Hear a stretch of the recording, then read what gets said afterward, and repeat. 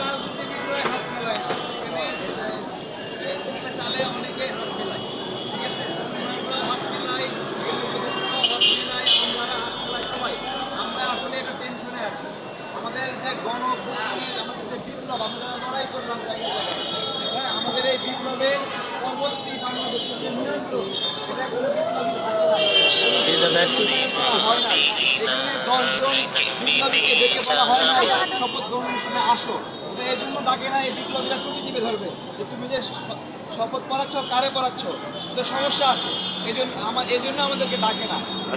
আমরা খুবই আমাদের বিপ্লব চুরি হয়ে গেছে প্রথমেই। যারা কিনা আত্মসমর্পণ করছে আন্দোলনের সময়ে, শেখ হাসিনার সঙ্গে সমঝোতা করছে, বিপ্লবের আমরা জেল থেকে বেরোয় কেউ বড় বড় বক্তব্য দেয়, ঠিক যেরকম মানে হলো 1971 সালের সেই ঘটনার পুনরাবৃত্তি। একই রকম আমাদের বিপ্লবে যদি সত্যিকার মাঠের ভোটারদের মতামত নেওয়া হতো, সেখানে 13টা অঞ্চলে কতগুলো মানুষ আমরা লড়াই করছি, অন্তত ফোকাস 26 জনকে নিয়ে রাজনীতির বাহিরে তাদেরকে নিয়ে একটা বসে আলোচনা করা হতো। তাদেরকে প্রত্যেকটা মিটিং সবাই আলাদাভাবে করতে ডাকা উচিত ছিল।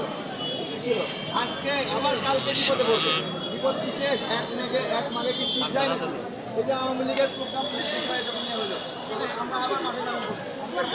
আমাদের সময় আমরা আরো সুবিধা হতো না, সময় তোমরা হতে পারে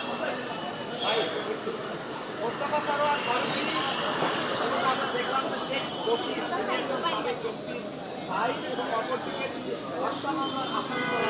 তারা কিভাবে উপদেষ্টা মন্ডলীর সদস্য? প্রথমত সে বশির সাহেবের বিরুদ্ধে তিনি মামলা করেছেন, এই ব্যক্তিটাই এখন অস্বীকার করতেছে যে সে মামলা করতে কিনা জানেও না। তো এগুলো অনেকগুলো অনুসন্ধানের বিষয় আছে। হ্যাঁ, আমি নিজেও এই বিষয়ে প্রতিবাদ করেছি, এই মামলাটা দেখার চেষ্টা করছি। মামলা হয় তাহলে বাংলাদেশের একটা বড় গ্রুপ এবং বাংলাদেশের মানুষের ভালোবাসার একটা জায়গা। আমরা আমাদের কাছে খবর এসেছে যে বসুন্ধরা গ্রুপের কাছ থেকে টাকা নিয়ে একটা